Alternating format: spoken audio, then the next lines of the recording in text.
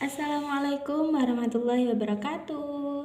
Kembali lagi dengan saya Mega Kamelia membuat video untuk memenuhi tugas ilmu kalam tentang pemikiran Salafiyah klasik, metodologi Ahmad bin Hambal dan Ibnu Taimiyah dalam menghadapi rasionalisme ekstrim.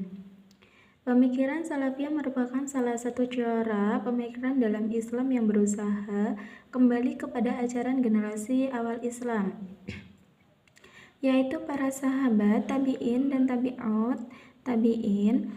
Merupakan pemikiran ini muncul sebagai respons terhadap perkembangannya berbagai aliran teologi yang cenderung menggunakan rasio secara berlebihan dalam memahami ajaran agama.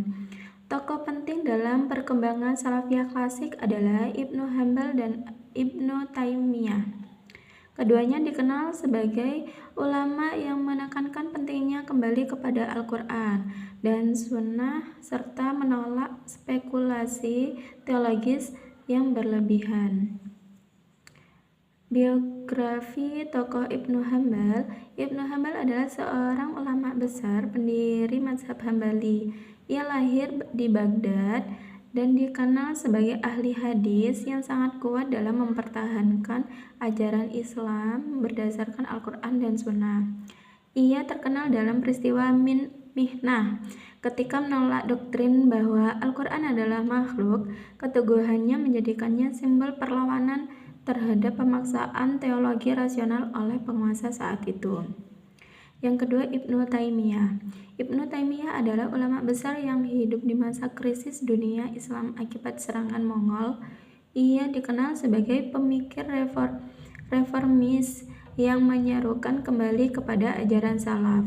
Ia banyak mengkritik praktik keagamaan yang dianggap menyimpang, termasuk filsafat Yunani dan teologi spekulatif. Pemikirannya sangat berpengaruh dalam perkembangan Salafiyah hingga masa modern. Metode pemikiran Salafiyah. Metode pemikiran Salafiyah yang berkembang oleh kedua tokoh ini merupakan ciri-ciri utama sebagai berikut. Yang pertama, berpegang pada nas. Yang kedua, menghindari takwil atau spekulatif. Yang ketiga, mengikuti pemahaman generasi awal. Yang keempat, menolak bid'ah dalam akidah. Penolakan terhadap rasionalisme ekstrim. Ibnu Hambal dan Ibnu Taimiyah tidak menolak akal secara keseluruhan, tetapi menolak penggunaan akal yang melampaui batas wahyu. Bentuk penolakan mereka meliputi kritik terhadap ilmu kalam, penolakan terhadap filsafat Yunani, menjaga kemurnian akidah, dan yang terakhir, konsep akidah salaf.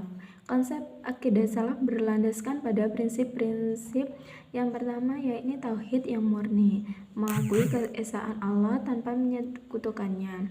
Yang kedua, iman kepada sifat-sifat Allah tanpa tasybih dan ta'til. Yang ketiga, beriman tanpa mempertanyakan bagaimana menerima sifat Allah sebagaimana adanya tanpa spekulas. Yang terakhir, yakni berpegang pada dalil. Semua keyakinan harus memiliki dasar dari Al-Quran dan Sunnah.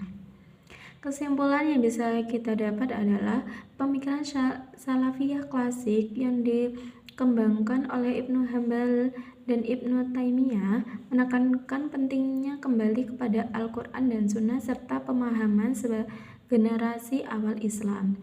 Mereka menolak rasionalisme ekstrim yang dianggap dapat menyimpang dari ajaran Islam, namun tetap mengakui peran akal dalam batas tertentu. Konsep akidah salaf berfokus pada kemurnian tauhid dan penerimaan terhadap ajaran agama tanpa spekulasi berlebihan. Sekian dari penjelasan saya. Wassalamualaikum warahmatullahi wabarakatuh.